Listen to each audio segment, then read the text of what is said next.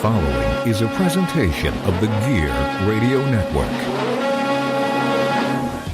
Look, you want the truth? Okay, then listen in. My first This is the Listen In Podcast with your hosts, John Cimino and Brandon Gorell, here on the Gear Radio Network. We are back, ladies and gentlemen.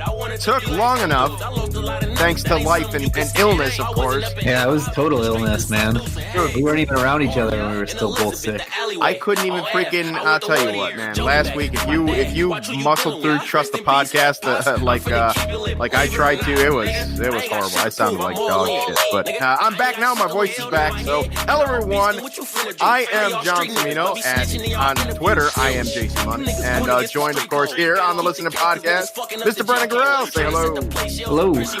All right, ladies and gentlemen, we are brought to you by the brand new GearNetwork.com, where we are also heard there and on Spreaker, Apple Podcasts, Google Play Music, iHeartRadio, Spotify, Pandora, wherever you can find a podcast, you can find us. But of course, we prefer you listen on the brand new GearNetwork.com, where you can go, you can listen, you can download this show, every show on the Gear Network, except for Get Ready America. You can't download any of those shitty podcasts anymore. But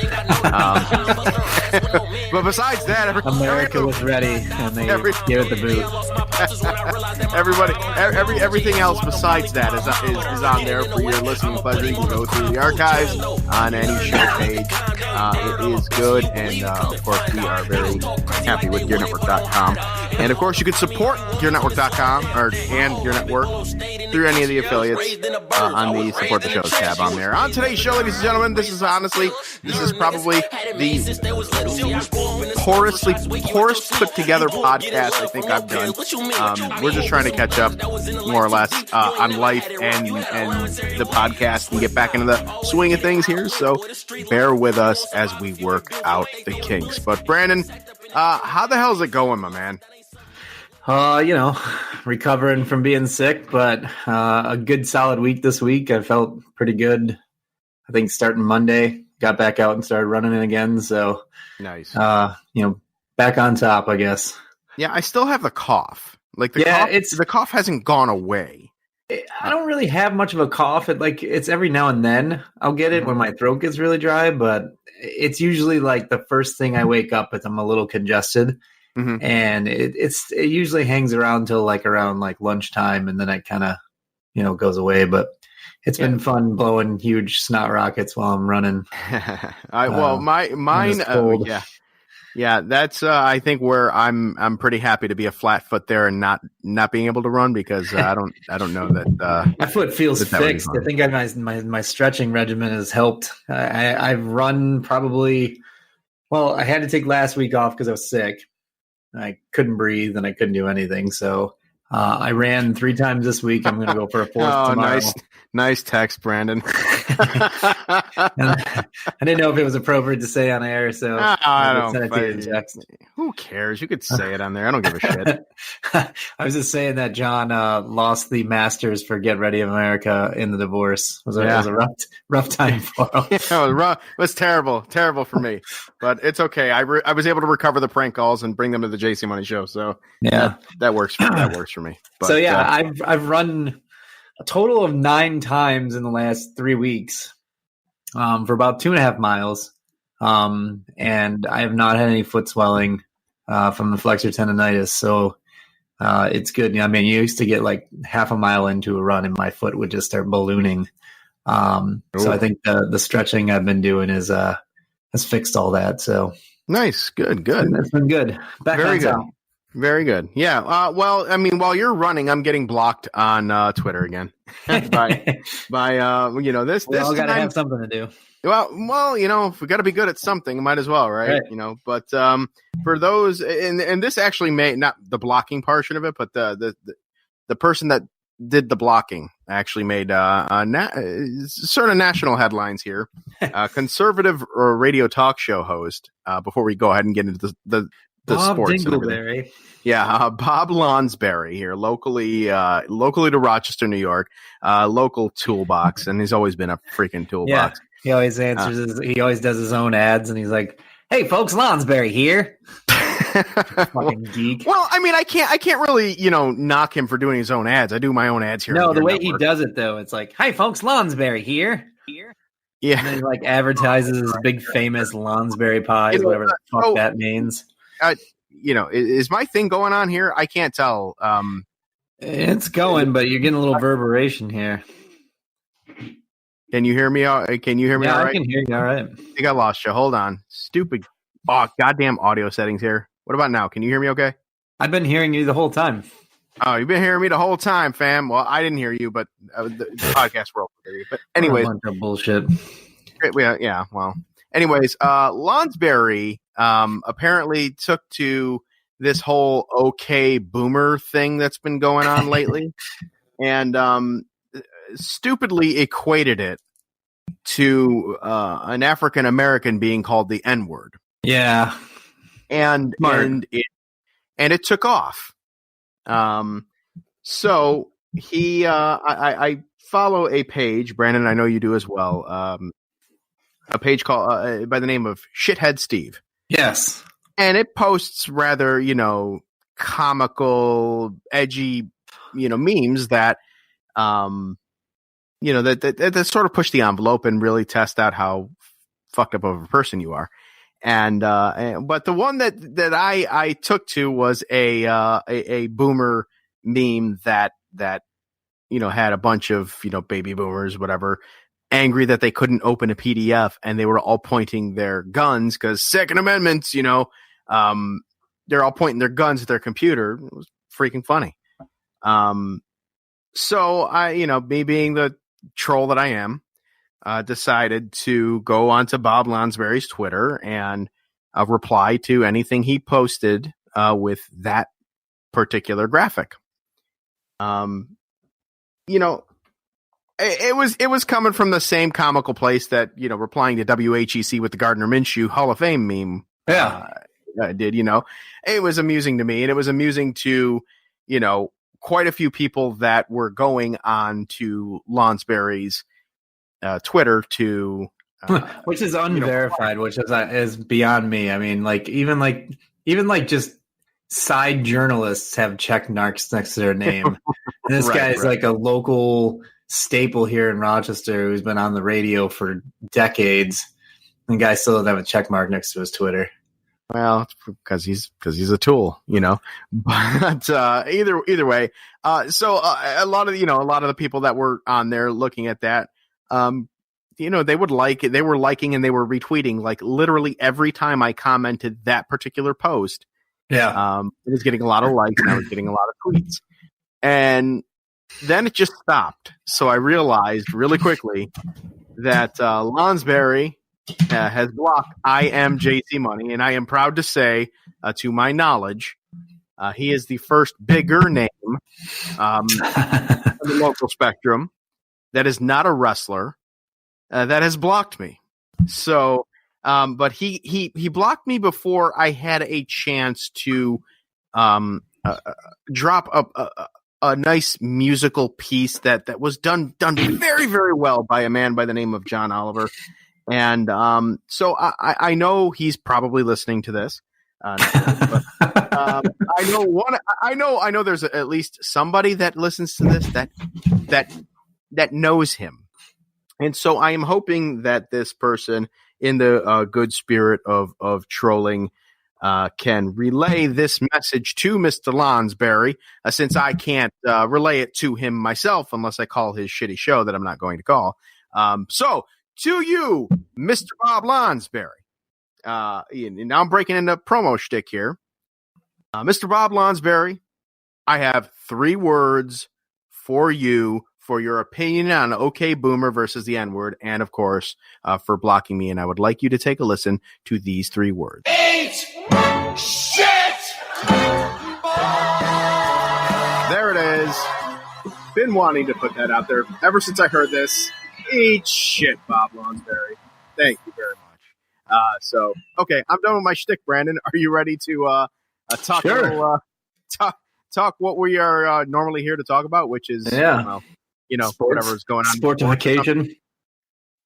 Yeah, I'm watching the hockey game right now, and Pittsburgh's really shorthanded on players, and it only helps to be shorthanded on players to be shorthanded on the ice 7 fucking times tonight. The Islanders have had 7 power plays, and they've come at every moment that they've needed one, and they've scored a goal twice.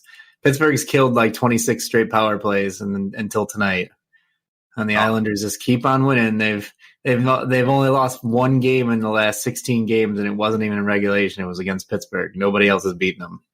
It's getting like absurd right now. Well, that's crazy. Yeah. Apparently, but nobody calls it right in front of the refs. You know what?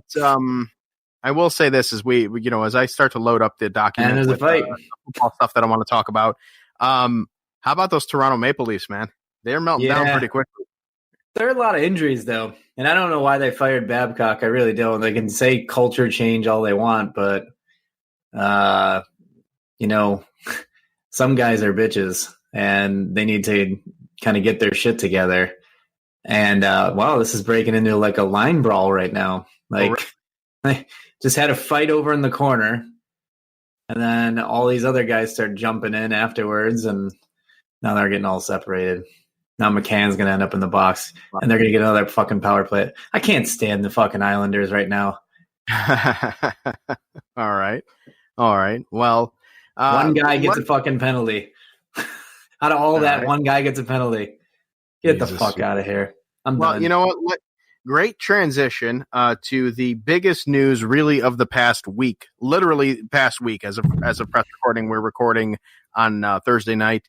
Last Thursday night, Brandon, there was the big game between the Pittsburgh Steelers and the Cleveland Browns, which the Cleveland Browns won. But nobody's talking about the fact that the Cleveland Browns won. Everybody's been talking about Myles Garrett. And the situation that happened, that for those that are living under a rock or have never seen football or listened to this because of the, because of things like this.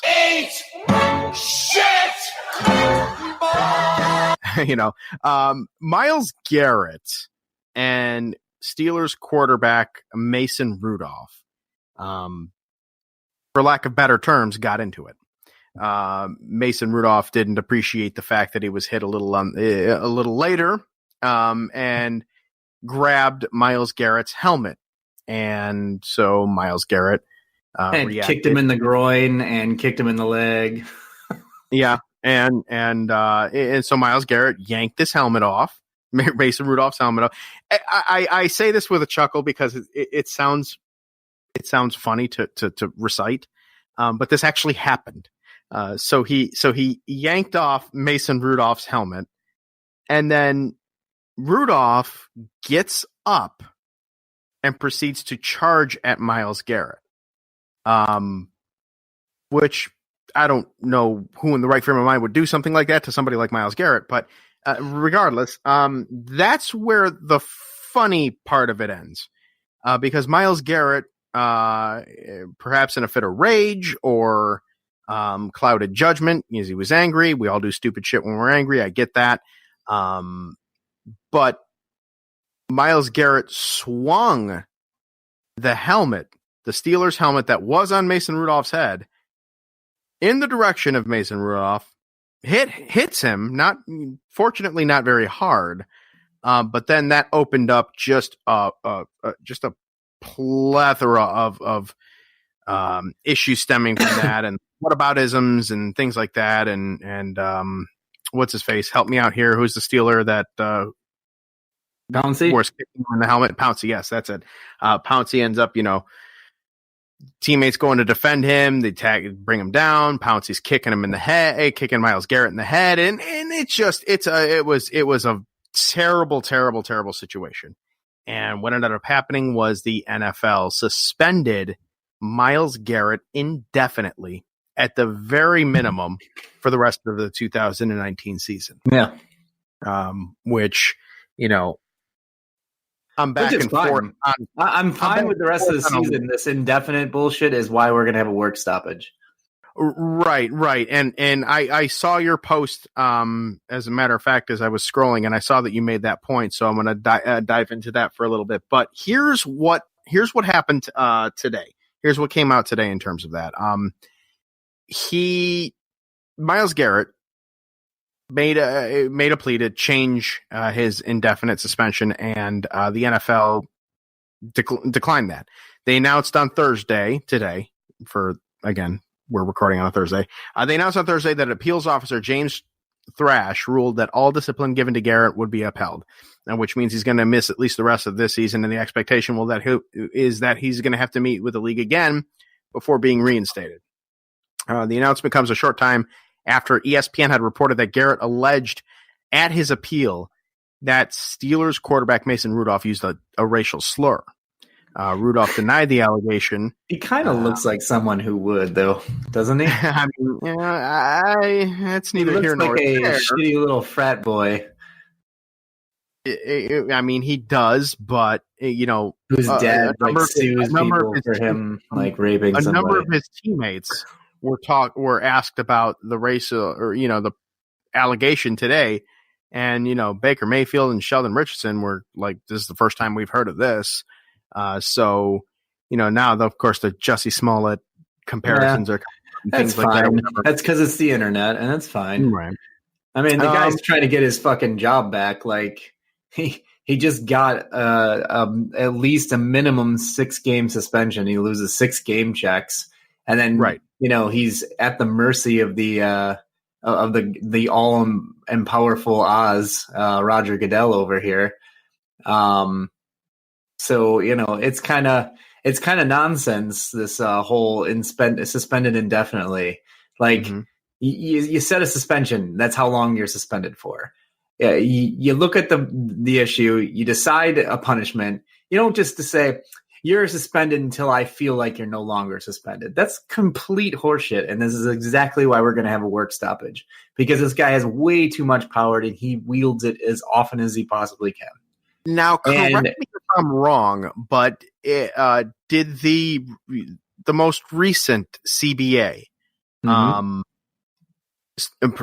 prohibit or maybe not prohibit, but there's some kind of rule or something that didn't allow for these types of suspensions, like these indefinite suspensions? Was there something like I don't think that No, they tried to limit the commissioner's power, but they did not get that far as saying he can't do the indefinite suspensions.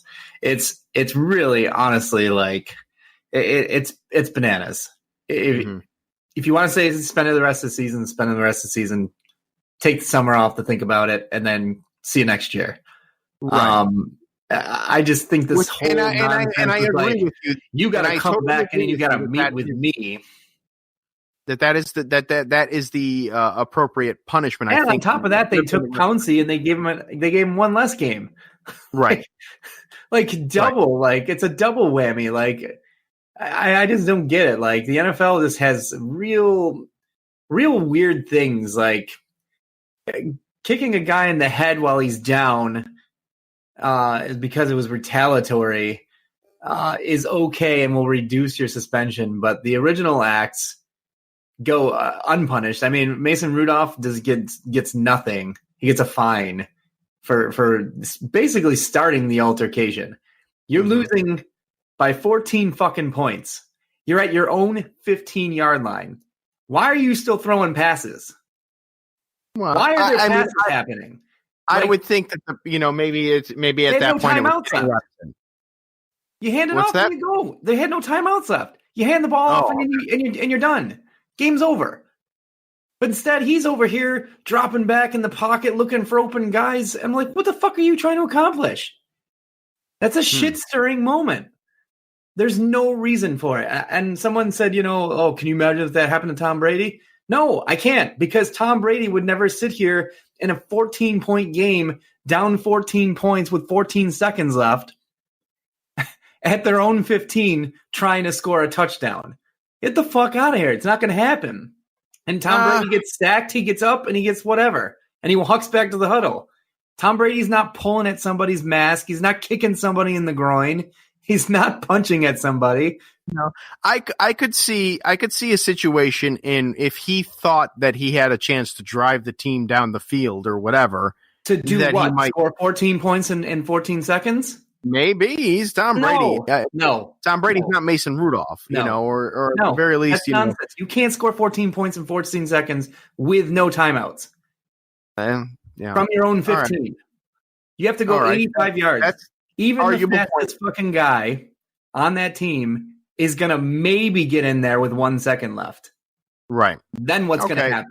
You got to kick an onside kick? That's fair, stupid. but again, he was salty because he got sacked, and he's had a bad game. There's a whole lot of wrong to go around here. There is, and I would agree that not everyone got what they were supposed to get. No, Rudolph should have definitely gotten something more than he should have got suspended at least a game. Right, a game suspension. Right, complete bullshit. I don't disagree with that. Now the issue that I don't have the issue fuck you, Islanders. with I don't have an issue with Myles Garrett, swinging. I don't.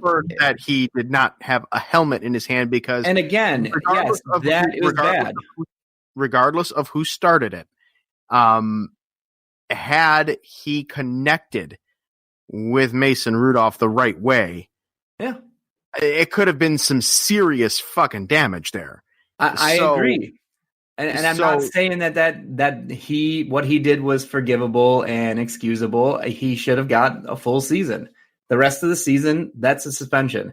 But what I'm having a problem with and what I'm angry about is the fact that Mason Rudolph, again, by the way, was out of that situation after his helmet got ripped off. And he ran in as a paper tough guy while the other guy, Villanueva, is holding Myles Garrett away, and Rudolph goes back into the situation and grabs him by the bottom of the face mask and by the throat, and that's when the swing comes. Right. He's out of that situation, but he goes back into it a second time. And that's why I said that was a situation of where keeping it real goes wrong. Right. He got fucking clocked in the head because he entered a situation he shouldn't have been in the first fucking place. And that's where I'm pissed off. And he continued the escalation, and he got nothing for it. Right. And you are right there. It's a bad look, and it's bad all around. It's not bad for just Mason Rudolph or just Myles Garrett. No. It's bad for the league. Or Marquise Pouncey. It's bad for the game. And just, to kind of put some figures into it here, the NFL also fined Myles Garrett $45,623. Yeah, that's in addition to his indefinite suspension, which will cost him $1.139 million in lost pay. Yeah. He had a base pay of $3.2 million. And this is also not the only time he's been fined this season. He lost $21,000 rounded down, $21,000 for each of his 2 roughing the passer penalties against the Jets, and $10,527 for hitting Titans tight end Delaney Walker in the face mask with an open hand. What is next for Myles Garrett? Like, what happens from here? Well, he better be playing next season. He'll come back. He's a beast of a player. He's a really good football player. And, he lost his cool, heat of the fucking moment. Again, that thing went on for way too long. You've got guys grabbing you. You got another guy running back, a little pipsqueak, the guy you just took his helmet off of his head because he was trying to rip yours off to begin with. And you got him running back into the pile and grabbing him by the throat while another guy's grabbing him and a third guy's coming at him. He swings the freaking helmet. He reacted. That's a reaction. It was a poor reaction, but it was a reaction. To say he should be suspended longer than, somebody who beats the shit out of his kid with a stick, or a guy who basically broke his kid's arm, but everyone's covering for him. He got really nothing either. Kareem Hunt kicked a girl in the butt. He went down for half a season. I mean, the NFL's got a problem with how they address these situations. I think that Marquise Pouncey, while a guy is being held down, kicking him in the head a couple of times, That is longer than a 3-game suspension. Albert Hainsworth got longer than that for stepping a guy's head with a helmet on. Right. So, or with the helmet off, I mean. So he stepped on him. He didn't pound. He didn't chomp. He didn't, repeatedly boot. He just stepped on him and kept walking. And he got a longer suspension than Pouncey did too. And then they went and reduced Pouncey's suspension. I don't get where they're getting the idea like, well, we think this should be this should be this, and then this should be this. Like, I just really don't honestly know that they know what they're fucking doing.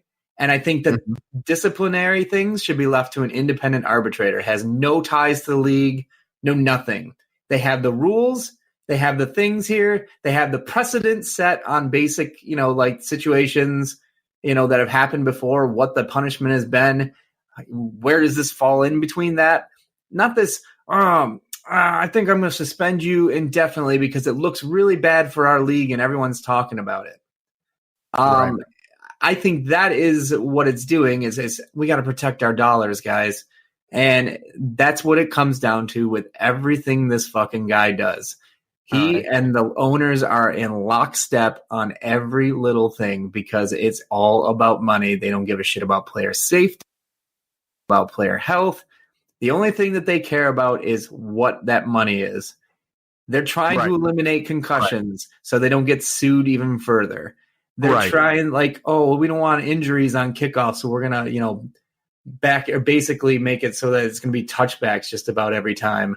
And you can't do the wedge block. You know why they're doing that? Because they don't want guys injured anymore. And you know why? Because they aren't out there in the season and their team's not playing as well. And that costs again, and a loss of money. That's all it is. Right. It's all a fucking sham. Well, and absolutely. I'm getting frustrated with the league because they have one problem that's worse than player safety, worse than a guy swinging a helmet, one thing that is more damaging to the league than anything, and they have yet to fucking fix it, which is the fucking referees in this league are the worst in all of sports. And it's not even close. It's not even close. I mean, you look at just what's happened over the course of the season, just unrelated to this incident. I mean, they're just blown calls after blown calls after that. Well, it's not even the blown calls. That absolutely absurd and stupid, very, very stupid pass interference review challenge. That's the worst one. You watch that, you see it's a pass interference. By the letter of the law in the book, it's a pass interference, but they're afraid to override their referees on the field unless it's like, oh, he didn't rip the guy's arm off and beat him over the head with it. That's the only way you're going to get a penalty overturned these days. I mean, the coach of the Cardinals specifically said after the game why he didn't challenge that offensive pass interference when they got called for defense when it was clearly an offensive penalty against the 49ers. He said, I already won one pass interference challenge in this game. There was no way I was going to win a second. That's why I didn't even bother challenging. That is not an excuse. Like, you cannot say if pass interference is pass interference, it should be pass interference all around. But this bullshit that the league does is, well, we'll just try to, get those egregious ones. Like, even with this replay system the way it is now, can we be even sure that one play that drove this rule to happen would even be overturned in this fucking league? Because I don't think it would have been. I think they would have found a way to not do it. And the Penguins lost in overtime. All right. Well, the Penguins lost in overtime. Yeah. So you went from ranting about that, and then that happens. It's like the NFL kind of giving you the screen right behind my mic. How dare you? We've won one game and lost 2 games in overtime against the Islanders this year. Oof. Every game's gone to overtime. Hey, real quick, moving on to a different subject and very quickly because one that's not going to make me rant. It might make you rant, but if we could try and make it quick, do you think that Colin Kaepernick fucked himself with the way he handled the workout? No. The league fucked him. Again, this is another part of the league problem. They tried to get him to sign this bullshit waiver that agents haven't even fucking heard about. So you don't agree with Stephen A. Smith's take on this? No, Stephen A. Smith can eat a dick. That guy is towing the company line. He just got a big fat fucking contract. and the NFL is a big part of ESPN. Mm-hmm. He is towing You're not wrong. the company line. I agree with what you're saying. I was just curious. Towing the company line. He is a piece of shit. He can go fuck himself. I don't know if he go as far as he's a piece of shit. I don't hate. No, I hate Stephen A. Smith. I think he's the most overrated blowhard on fucking. Well, actually, no. Skip Bayless is. He's the second most blowhard, overrated piece of shit. I can't stand it. This guy's getting paid all this money just to yap. And by the way, Skip Bayless. I really hope he doesn't come back to ESPN. By the way, they boot Max Kellerman because I like Max Kellerman better than Skip Bayless. I don't know, man. After he called out Stephen A. on this last one, he's gone. Terrell Owens had his back on that too. Yeah, but then he also goes and says that Kaepernick clowned himself. Whatever. T.O. doesn't know what the fuck he's doing. He's got his goal. He's got his jacket. He doesn't care anymore. Yeah. All right. That's fair. We're going to go and now we'll go and you know what? We're going to take a quick commercial break. We'll come back. We'll have some NFL news and then we'll talk about our listening pick'ems and how fucking poorly I'm doing here. But we'll do that after the break on the other side. Stick around. We'll be right back.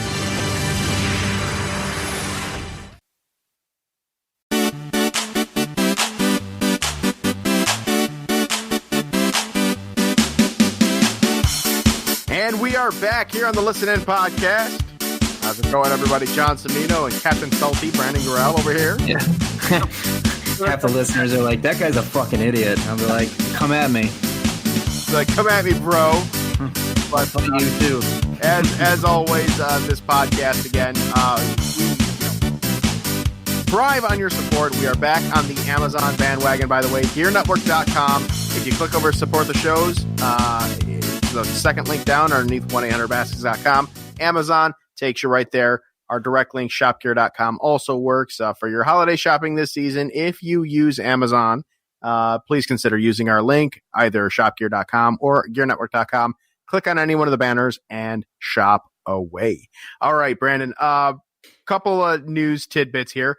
Christian McCaffrey, in my opinion, up there with Lamar Jackson for the MVP candidate, in my opinion. But Christian McCaffrey is on his way to the most productive season for a running back in NFL history. He has 1,059 rushing yards and 517 receiving yards this season, giving him with what's his name, Kyle Allen as his quarterback, by the way, giving him 1,576 yards from scrimmage. That puts him on pace for 2,523 yards from scrimmage for a 16-game season.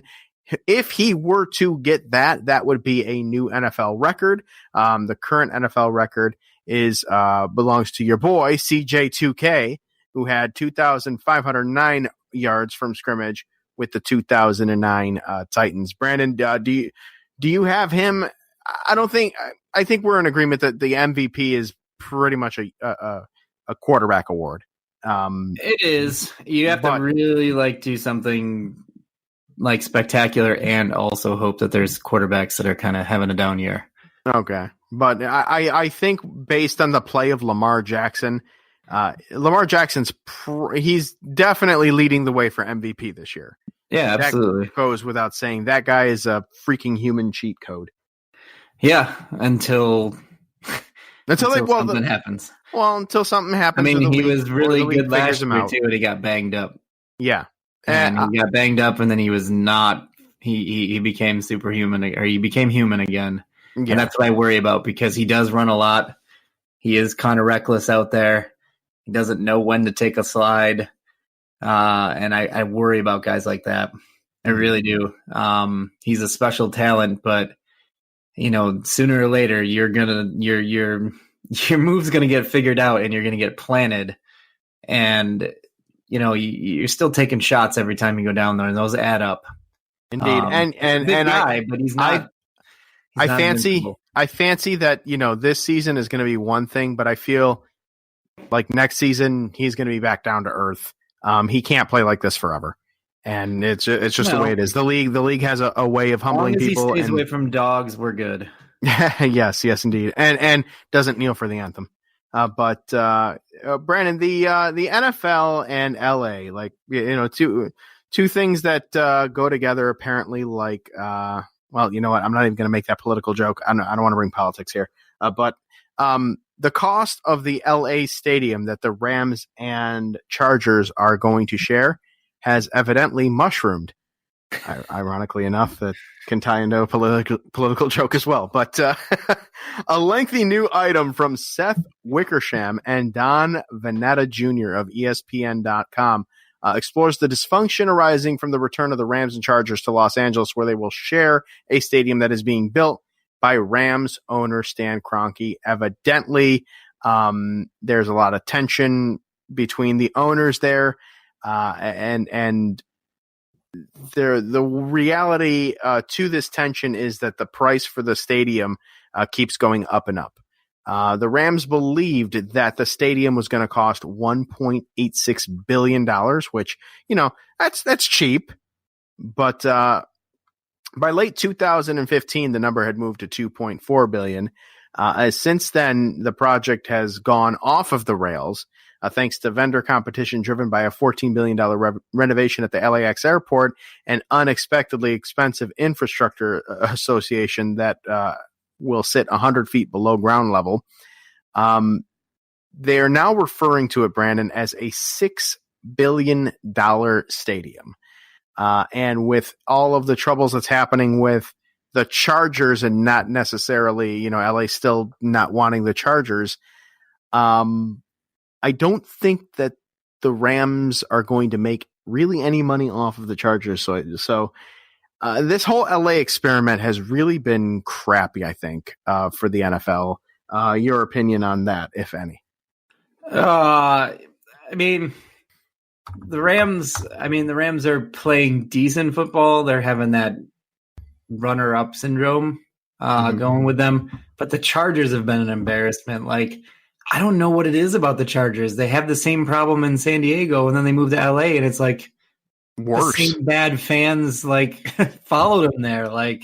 I don't get it. I don't understand it. I don't understand maybe it's what's too going many on in the market. I don't know why all of a sudden everyone chose the Rams to start instead of the Chargers.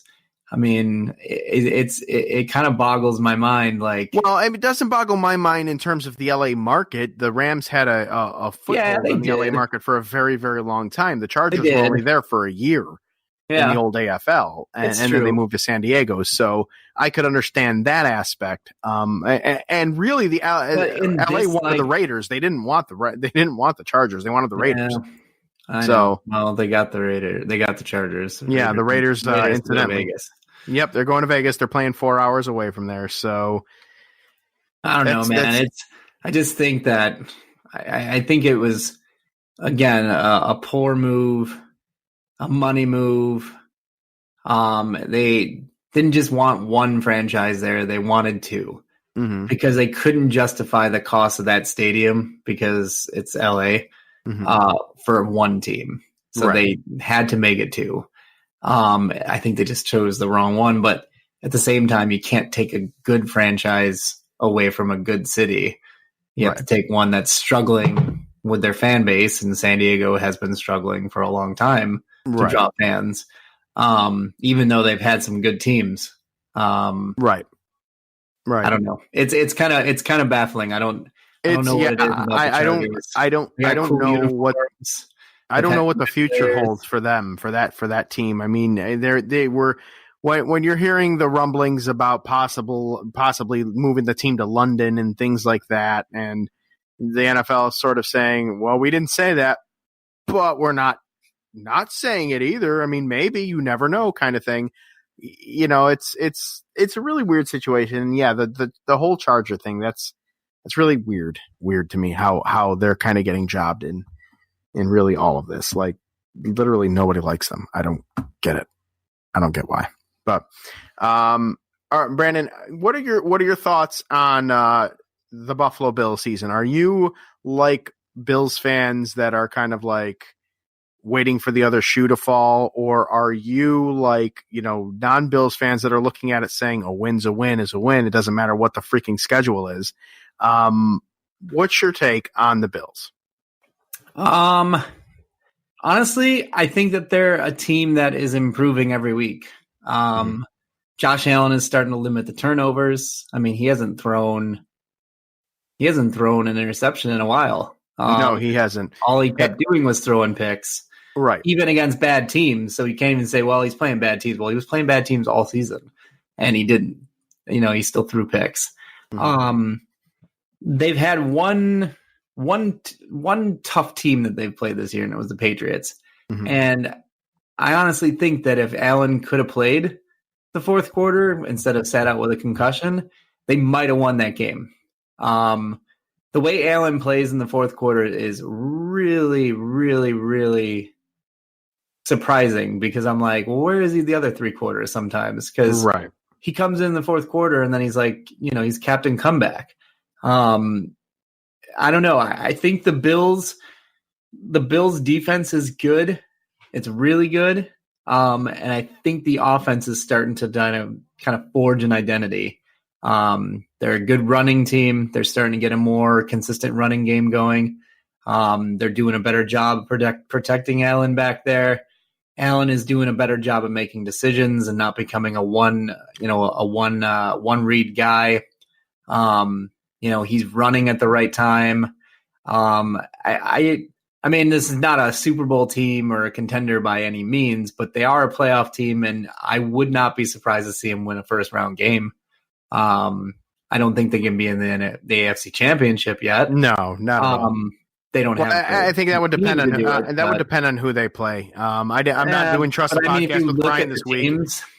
I'm not doing Trust the Podcast with Ryan this week, but he does the he's like a super stat guy. And he had the Bills as of last week's podcast, they were at a 55% chance before the win. They had a 55% chance of making the playoffs based on what had happened and everything like that. They're going to be facing a tough stretch of games. And Josh Allen himself is saying that he feels that the offense has found their identity.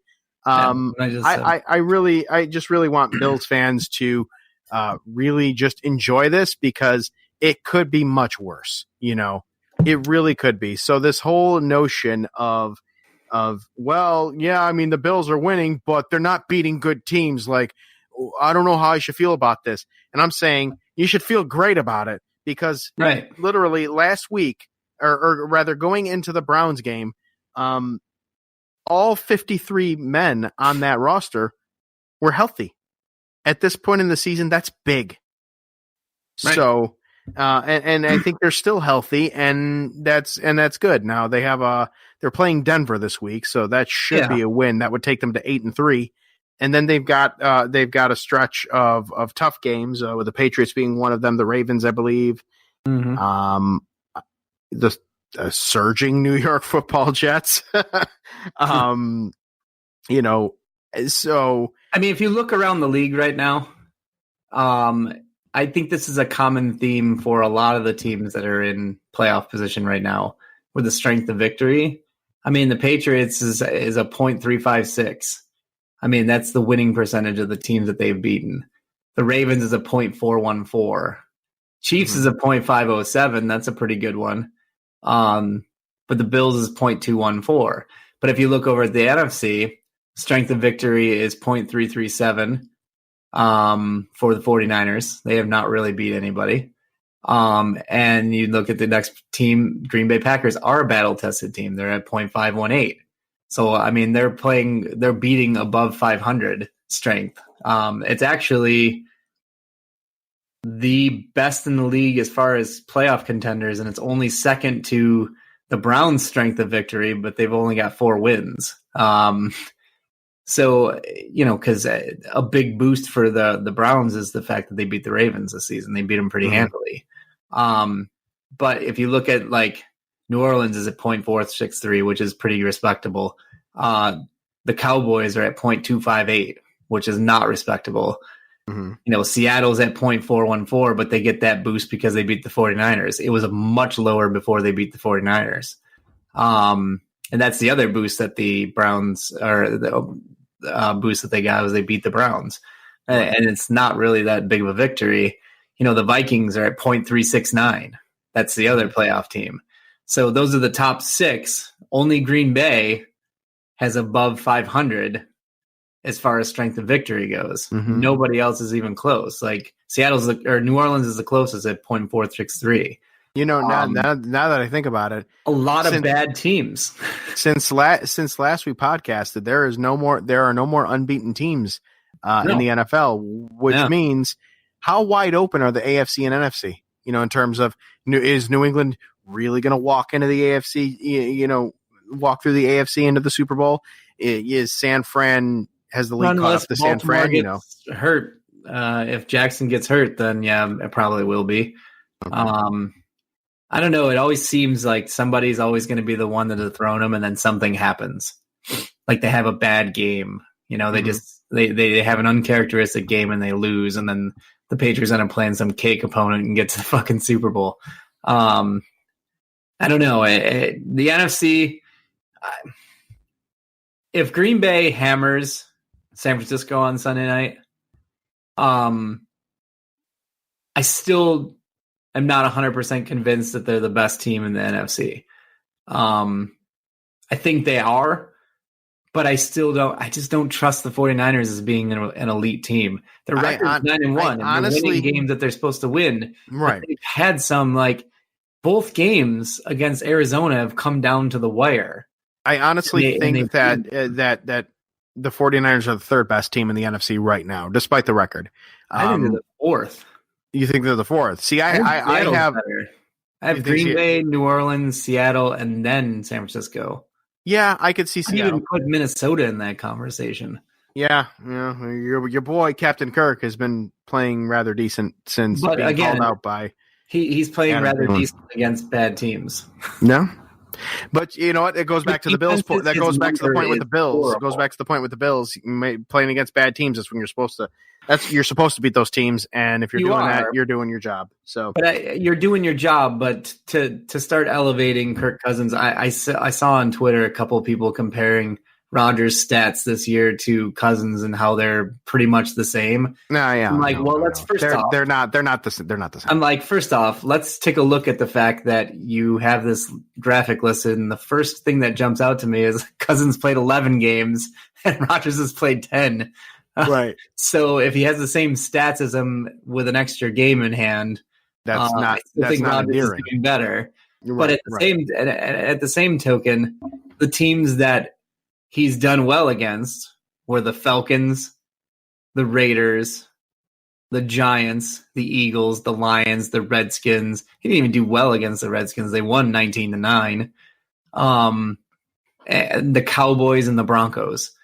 And the Broncos game, it took a heroic effort and epic collapse from a really bad team in the second half, using a third string quarterback all game, by the way, in Denver. And they're like, oh yeah, the Vikings, Captain Kirk, he's the big comeback. And okay, you guys survived on not getting any calls in the final 4 plays of the game where the Broncos had the ball inside the 3 to win the game, and they couldn't get it in, but they also didn't get any help because there was no pass interference on a couple of them, or were clear pass interference calls, called nothing. And then, they escape with a victory, and everyone's like, Kirk Cousins, he's back. He's amazing. No, he's not. He's the same Kirk Cousins he's always been. When you get pressure on Kirk Cousins, he shits his pants. Right. He did that the whole first half against the Broncos. The Broncos battered him. Right. And then the second half, they could not get any pressure on him because they started handing the ball off to Cook a lot.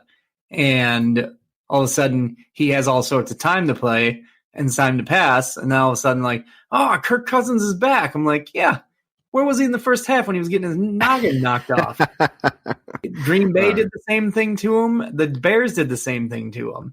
Speaking shit out of them. Speaking of, when push comes to shove, someone shitting their pants. In week 10, Brandon and listening, pick 'em. Holy hell, did I shit my pants?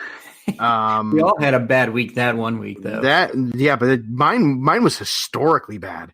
Like I only had 4 points that week. And that was upset central week. You had 6. Sleazy Mike had 6. I had 4. Like, that was dog shit. But then in week 11, you had 13. I had 11. Sleazy Mike had 8. Week 12, I am, right now it's week 12 and we're all at 0. But Brandon, you I had a great remain. week. What's that? I had a great week last week. I only got one wrong. Yeah, I know. That's why I said you had 13. I know. I just wanted to reiterate that there was only one wrong. But that makes you, Brandon, the Champion every week. Yeah, and so far the champion of the season. But hoping that I can make my usual late season comeback, but it's looking less and less likely as the weeks go on. Apparently, I am bad at this picking football, and maybe we'll see here. So as per norm, we're going to go ahead. We're going to go through the games. Aside from this Thursday night one, because as you had told me, it did not save, and you did not pick this game, so I actually had the Texans on there. But whatever, that is what it is. So yeah, let's. Sleazy both had the Texans. I was going to pick the Colts. You were going to pick the Colts? Yeah, I had the Colts originally, but I picked the right now. By the way, what's that? The Colts are winning right now. By the way, 16-10.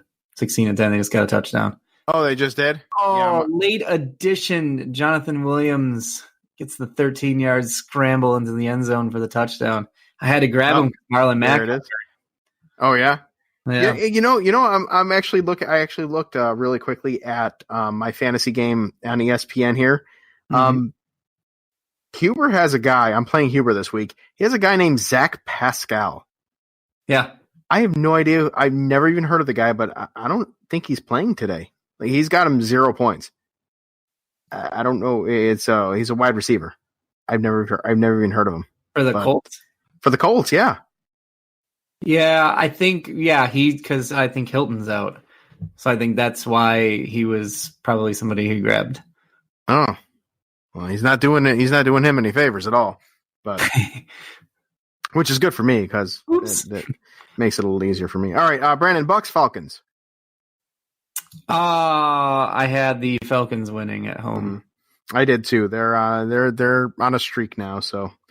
Good for them. They're not going anywhere. But the Bills, Broncos, I would assume we both have the Bills there. C. All right. Bears, Giants. I had the Bears. Okay. Steelers, Bengals. Steelers. Yeah, and Bengals aren't winning the game this season. No, I don't think so.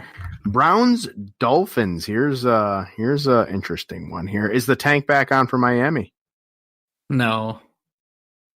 No, it'll be close. I think the Browns will pull it out, but Miami will still keep it close. It would.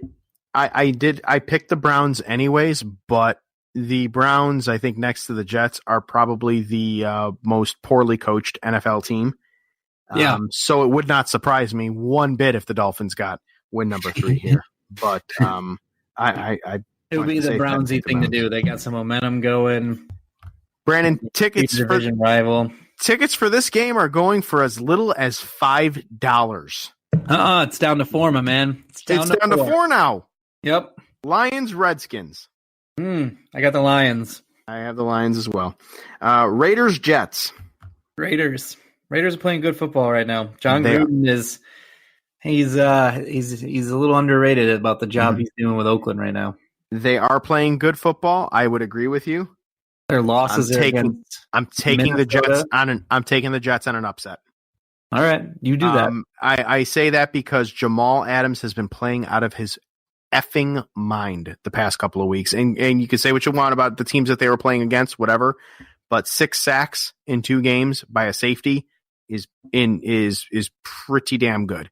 He's been all over the place. Yes. I mean, if you look at the Raiders, they've lost to the Chiefs, Vikings, Packers, and Texans this season, and the Texans they lost on the last play of the game. Right. I'm not playing really good football right now, and I think not doubting Gruden is not getting a lot of credit for that. I'm not doubting that the Raiders are. I mean, I picked up David Carr to fill in for for my Aaron Rodgers, I believe, and one of my fantasy leagues, and I am not discrediting it at all. I just this is a game. I think the way the Jets are feeling about granted they're 3-7 and obviously are going nowhere, but they've won 2 in a row and they're feeling pretty good about themselves. I think that could carry. They're at home.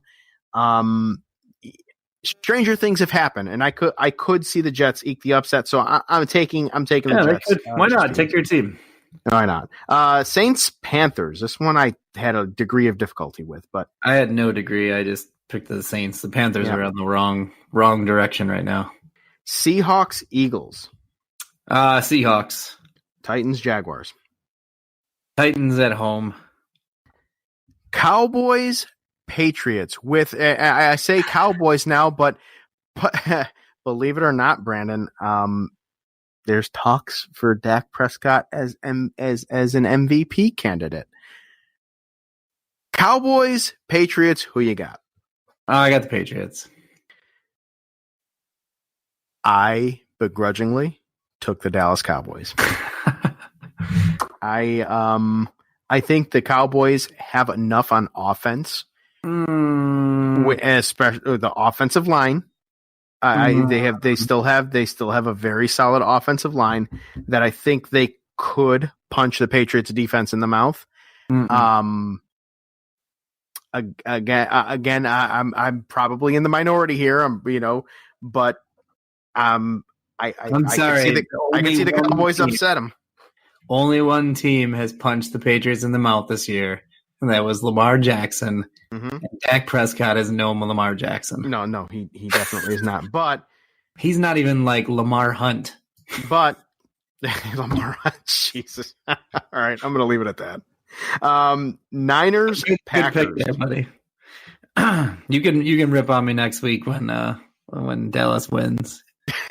You can put on a Stephen A. Smith cowboy hat. No, you know what? I'm not even going to do that. I think if Dallas wins, I'm going to get Lewis to appear on the podcast.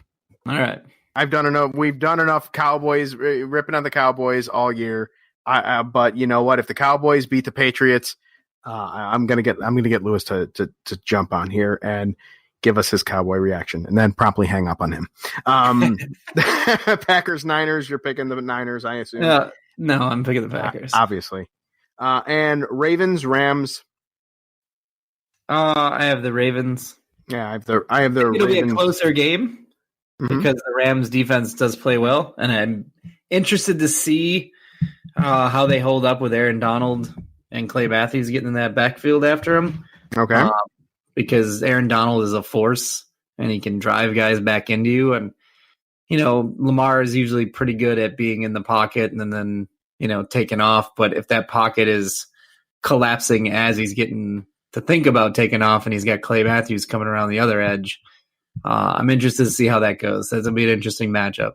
I have a feeling that this people look silly, but as much as I am comfortable with my picks, I swear to God, knowing my luck, even with you spotting me a game, I can totally see you winning this week and putting my deficit. Not spotting you a game, and I should be winning right now because the Colts are actually winning this game. I'm like, yeah, the Colts are winning, but whatever. I'm not winning, so I'll take what I can get. But that's all I got, man, for all of the sports stuff here. And yeah, you got anything else for the listening audience? Nope. Thank you.